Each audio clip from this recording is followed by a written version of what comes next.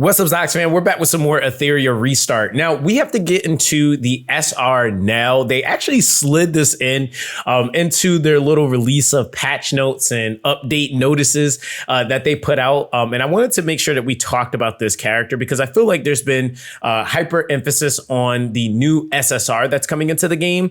But I feel like with this new SR that's coming into the game, she's going to be bringing immense value to a lot of accounts.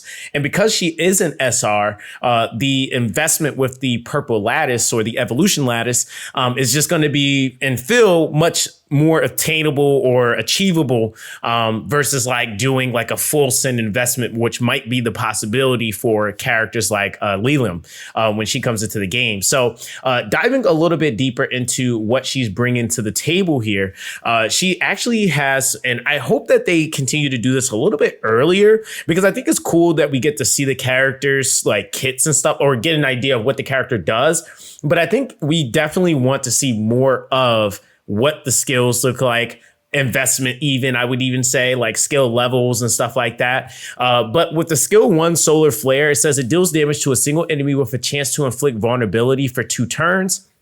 That is something that I feel like is absolutely bonkers to have for a skill 1. There's so many different things that you can take advantage of with that. But again, remember vulnerability is a 30% damage increase. So that's pretty good. Then you have the skill 2, which is the sun shadow. So it deals damage to a single enemy 4 times and each hit heals the ally with the highest attack and increases his/hers turn meter. Now, this is actually like kind of like a Tsukiyomi on drugs type of thing, because Tsukiyomi does, maneuver or manipulate the character. And I mean, most of the characters are able to reduce cooldown or manipulate turn meter. They're usually are targeting the character with the highest attack. But what she's doing is that she's able to basically deal damage, and those 4 hits are going to provide a heal to the target with the highest attack. Now, I'm already like kind of seeing how this could be a big play for certain characters that maybe don't get as much shine, like say, for example, Born. Because I mean, to be honest, like even like one of his best pairings in the game is like Tsukiyomi. I could easily see a character like Nell being a great pairing with him. Obviously, any damage dealer for that matter. With her, again, when we're even talking about this newest shell that's coming into the game, Lilium. I mean, that kind of seems like a good pairing there too, with the extra vulnerability on top of what her kit does. There's a lot of value that can come like from this character. Now, I will say what's going to be a really big determining factor, and this is why I kind of wish we could see more numbers, is the actual parameter on the turn meter push that the unit is actually receiving. How much damage can Nell herself actually deal? And what is the ratio or what really is scaling that heal? Is it the damage itself, etc., right? Like, I think that that's really going to be a big determining factor in terms of like how much actual healing you can get from or receive from the skill on top of the turn meter push, right? Now, the other thing I'm also wondering too is if she starts out with her skill 2 or her skill 3 first, right? Like that's always like a big thing, or her ultimate. That's always a big thing because we have some characters that don't start out with their ultimate first. So, that's something you do have to kind of think about. So ultimate, which is the Searing Sunburst. So it deals damage to all enemies with a chance to inflict vulnerability for 2 turns and grants all allies speed up for 3 turns. Now, the other thing I want to throw in here too is that I'm considering that these are probably especially that last skill, like for the 3-turn duration, that's probably at max skill up. I will say that like having vulnerability AoE, which would make her the only unit in the game that could proc vulnerability AoE like that, where it's basically consistent. Because I know like you have Dinah that's able to do it, but it's pretty inconsistent, right? Like, so it's like, that's kind of like the catch-22 to using Dinah. The other thing is too, is because of Nell's attribute, with her being a disorder attribute, it's going to allow her to actually have that neutrality, which just makes her good everywhere. The other thing I was also considering too, one of the dungeons that a lot of us struggle with, and one area that this is actually going to be helping, and it's not like really necessarily a struggle for everybody, but Nell is going to be a good Animus for Shadowflame Hoyan. and also for Rengoku.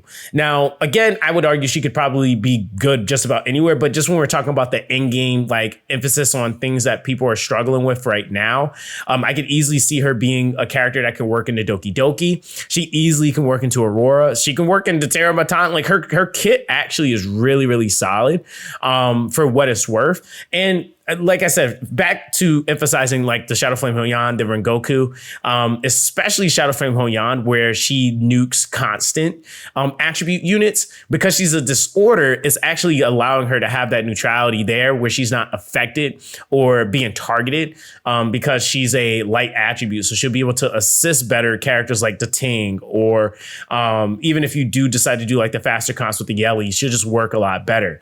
Now, of course, for what it's worth, the thing with and the general consensus with these units coming into the game is they do get added to standard banner. Now, I will say, like, are you going to be like, trying to pull on this banner, or is it going to be worth pulling on this banner that's going to be coming for Lilium? I will definitely say personally, minimum, people are going to absolutely want Nell. I don't see why you wouldn't want a character like this. The thing is, though, is that there is like the probability or the chance of you getting her on the standard banner if you're earlier in your progression. But I think it's also safe to say for those of us that have been playing for like the 2 months now, it's a little bit inefficient if we've been pulling on the gacha to be going just straight into standard banner, because you're just kind of pulling, a needle in a haystack. I would say that there is a much higher probability that you can get her from trying to target her on that banner. But I don't think it necessarily has to be, you trying to emphasize it with crystals. Like if you can get LDs like currency or the tickets just from doing content within the game, and then maybe you throw a little bit at crystals, maybe to finish off that multi, maybe throwing your hat in that way. But I also feel like too, this is kind of a big play that does kind of like play hand in hand with like the idea of pulling on LD banners versus like waiting for another banner, like say like a RGB or even the next LD banner. I think the biggest thing to like really think about here is whether or not you actually care for that specific playstyle preference that character is bringing. Now, I will say like Nell just generally is going to be fitting a lot of stuff, but I definitely will say that like with Lilium, she's actually bringing a little bit more of a different play style. She's counteracting a certain gimmick. And I think that it's safe to say, from what we've been able to at least see so far, they're trying to make sure that the metas rotate. And so I think that with that in mind, eventually you'll be able to play more of, or at least have a fair chance to counteract certain things within the game. I think Lilium is going to be broken. But it's just one of those things where I just feel like it's like with how the investment push is within this game. If you're the more casual player, I would recommend that you try to emphasize things that are going to give you more enjoyment or play more into a style preference. If you're a little bit more sweaty, obviously meta over everything, right? Like I think that's just how it kind of goes. And if you want to be able to stay within the top rankings, you kind of have to pull for certain things if it's like a direct counter to something. And that's just for like options. But I would definitely say like minimum, Nell is definitely going to be a really, really solid unit to just have. Kind of like how we feel like with characters like like Kachi the Guard, right? Like I think that was a character that was super game changing just across the board for a lot of casuals and people just trying to push content. What I would like to see, of course, is just a continuation of more SRs being added into the game. I think that for what it's worth too, just even having like more RGBs are going to be also really good because that's also more accessible. But again, that's just kind of my whole spiel on the pulling part. Now, real quick, just to kind of end this off, I do want to talk about the recommended shell and the matrices. They went with Time Weave, Swift Rush, and Swift Smite for the recommendation, and then Jackal Guard for the recommended shell, which is the damage plus the speed up buff that you're also going to be able to get after that procs. Time Weave is going to be helping you with the cooldowns. So it gives you a chance to cool down your skills.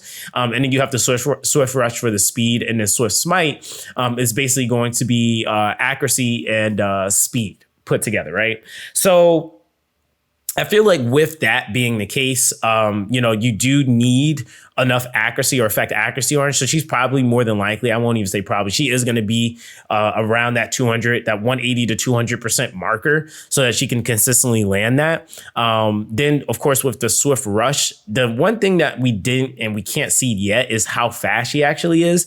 I don't see this character being slow just because what she's bringing to the table is like honestly something that allows you to.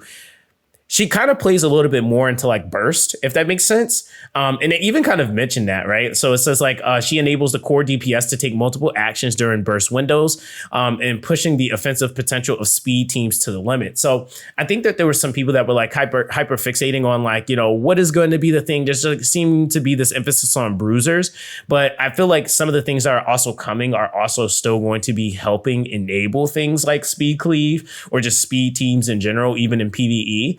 I think that the bruiser meta, though, was definitely not as defiant as they were like, defiant as they would wanted it to have been. So I think that that's another reason why you see that there was the nerf to Revelation. And the thing is that I think some people were actually pushing for like there to be like caps on how often like Revelation could be used, but they decided not to do that. They just said 30% reduction on the damage, but people can still equip all those Revelations. I just think now it's not oppressive amounts of damage. And the thing is that, yes, there were some teams that were able to live through them, but we're talking about like barely hanging on, right? Like it wasn't like super, super crazy. The only way that they were able to really counteract it was like full-fledged lighthouses, which I think that at that point too, you have to remember that those lighthouse teams, even if the person was to build into, say, something like Bulwark, it doesn't necessarily make them exempt from CC comps, right? Especially when you're talking about most PvP strategies, people are playing manual.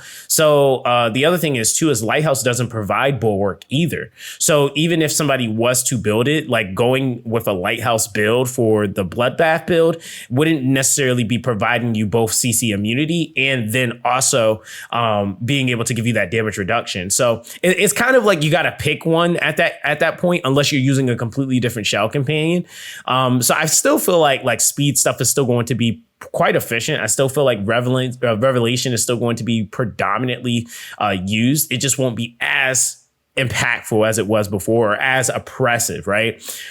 So yeah, that's just my opinion there, but we'll have to see, of course, how it actually affects the game. So we'll see. But yeah, all in all, through and through, I feel like this is going to be an excellent Animus to add to your roster. Hopefully, things do start to kind of pick up in more of this direction where we're seeing things come into the game that really are going to be easier to invest in, but still have high impact. And like I said, I would actually be even happier to see some R rarity units come into the game. But hey, I ain't gonna ask for too much. But let me know what you guys think in the comment section down below. Everyone, stay blessed, and I'll catch you guys in the next one.